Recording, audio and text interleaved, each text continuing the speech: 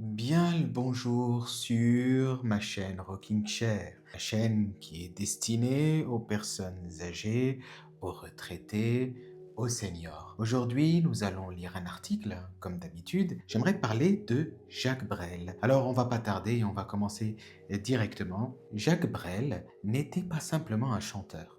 Il était une présence, une silhouette penchée en avant, des bras coupant l'air, une voix brûlante à travers chaque syllabe jusqu'à ce que la chanson devienne un théâtre vivant.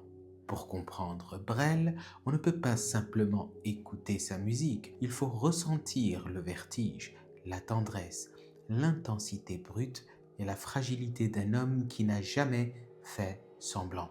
Son travail continue d'habiter le monde francophone parce qu'il parle de ce que nous cachons, de ce que nous craignons, de ce qui nous submerge et de ce qui nous fait sortir de la raison. Né à Bruxelles en 1929 dans une famille de classe moyenne, dites-moi bien sûr en commentaire s'il y a des erreurs dans cet article. Si vous avez des informations supplémentaires, n'hésitez pas à les mettre dans les commentaires. Brel a grandi dans un environnement discipliné, loin du tourbillon artistique qui définirait plus tard sa vie. Très tôt, l'écriture est devenue un refuge, une évasion d'un avenir qu'il trouvait beaucoup trop étroit. Il rêvait d'ailleurs, de vastes horizons, d'une vie qui ne ressemblait pas à celle prévue pour lui. Le chemin attendu de lui, reprendre l'entreprise familiale et s'installer dans une existence stable et prévisible, ce qui n'avait pas d'attrait pour lui. Ce désir de rupture, de respiration, d'une vie vécue intensément façonnerait tout ce qu'il créerait plus tard. Brel ne pouvait pas supporter les demi-mesures. Il voulait vivre pleinement, même si cela signifiait s'épuiser. Au début des années 1950, il s'est installé à Paris, chantant dans de petits cabarets, observant d'autres artistes, apprenant le métier. Le début a été difficile, comme tous les débuts, vous me direz. Mais Brel possédait quelque chose qui manquait aux autres, une façon d'habiter la scène si complètement qu'il semblait disparaître à l'intérieur de l'histoire qu'il racontait. Quand il chantait, il ne racontait pas juste une histoire, il la vivait avec une force qui frisait l'irraisonnable. Ceux qui le voyaient sur scène parlaient souvent d'une présence électrique, d'un homme qui donnait tout à chaque représentation, même s'il sortait épuisé. Le succès est arrivé en 1956 avec Quand on n'a que l'amour. Quand on n'a que l'amour, c'est une chanson très connue de Jacques Brel. Puis, s'est épanoui tout au long des années 1960. Brel s'est imposé comme un écrivain remarquable, un poète de l'humanité ordinaire, un observateur à la fois de la grandeur et de la faiblesse humaine. Ses chansons étaient des actes d'honnêteté émotionnelle. Il a chanté l'amour, la fierté, la fragilité, la nostalgie, l'espoir et les illusions auxquelles nous nous accrochons, toujours avec une clarté perçante. Sa voix était un instrument dramatique, pleurant, chuchotant, suppliant, se soulevant, toujours animé par quelque chose de férocement sincère. En 1967, au sommet de sa carrière, Brel a pris une décision qui a choqué le public. Il a cessé de se produire sur scène. Il sentait qu'il avait tout dit et tout donné. L'intensité seule ne suffisait plus. Il avait besoin de l'inconnu.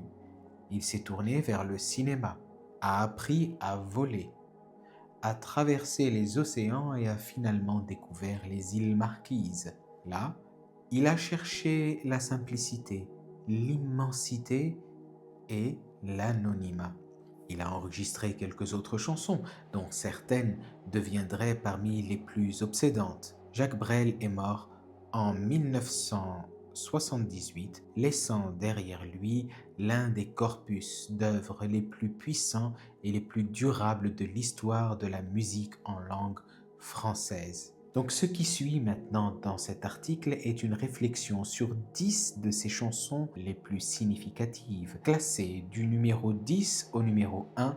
C'est bien sûr un ordre subjectif. Le catalogue de Brel est beaucoup trop vaste, trop brillant, trop humain pour qu'un classement soit définitif. À la 10e place se trouve Jeff, l'une des représentations les plus sincères de l'amitié jamais écrite. C'est une pièce tendre, humoristique et compatissante sur le fait de soulever quelqu'un qui est tombé, non pas avec des leçons de morale, mais avec de la chaleur et de la compréhension. Brel montre ici sa maîtrise de la vulnérabilité sans jugement. Alors avant de continuer, là on a parlé de la 10e place, j'aimerais vous dire que vous pouvez vous abonner à cette chaîne. N'oubliez pas que je vais traiter tous les sujets que vous me suggérez. Donc pour cela, abonnez-vous à la chaîne, vous cliquez sur le bouton s'abonner sur la petite cloche, vous recevrez toutes les nouvelles notifications de toutes les nouvelles vidéos. Je me devais de vous le dire, comme à chaque fois bien sûr, et comme tout le monde, nous avons besoin d'abonnés pour pouvoir subsister, pour pouvoir continuer, pour pouvoir garder espoir en notre travail, alors n'hésitez pas à vous abonner. On continue. Pour la 9e place, cela revient à Ces gens-là. Ces gens-là, c'était une chanson que j'ai écoutée énormément. C'est un monologue dramatique, plus proche du théâtre que de la chanson. Brel peint le portrait d'un environnement étouffant, consumé par la résignation et l'immobilité. Son intensité croissante transforme la chanson en une scène que l'on voit plus qu'on entend. Il faut écouter ces gens-là. Voyez-vous, monsieur, chez ces gens-là, il faut vraiment écouter cette chanson. Elle est extraordinaire, moi je confirme. Je la mettrai même peut-être plus haut dans le classement. En 8e position, apparaît Les Flamandes. Sous son rythme vif se cache une critique de la rigidité sociale, des conventions et de l'hypocrisie quotidienne. C'est une pièce avec deux visages, ludique sur la surface, mordant en dessous. Très intéressant. À la 7e place, les amis, la ville s'endormait. J'ai encore le rythme. C'est une chanson suspendue entre rêve et mélancolie. Cette chanson évoque la solitude et la contemplation avec une délicatesse frappante, comme si le temps lui-même ralentissait pour écouter. Si vous aimez ce type d'article, ou en tout cas ce type de vidéo avec ce type de sujet, n'hésitez pas à me faire un don. Je vous encourage vivement de me faire un don sur Tipeee, T-I-P-E-E-E. Je remercie déjà les nombreux tipeurs qui sont arrivés d'ailleurs très récemment. Un petit coucou pour Kim, un petit coucou pour Pansy, pour Noël et pour Nadine. Merci pour vos dons. Toutes les personnes souhaitant donc m'encourager dans mon travail peuvent faire un don sur Tipeee. Le lien est dans le descriptif sous cette vidéo. À la 6e place, on a Mathilde. Une explosion dramatique de tentation, de peur et de passion irrésistible. Il raconte l'histoire d'un amour écrasant qui revient comme une tempête. Ici, Brel est à son plus théâtral. Vous pouvez lire les autres, bien sûr. Pour ma part, vous le savez, c'est l'intitulé de cette vidéo. Moi, je vais vous parler de cette fabuleuse chanson qui est Les Vieux. Les Vieux, une des meilleures chansons que j'ai jamais écoutées de Jacques Brel. Extraordinaire de Jacques Brel qui m'a touché énormément. Et je pense que c'est l'endroit parfait pour en parler.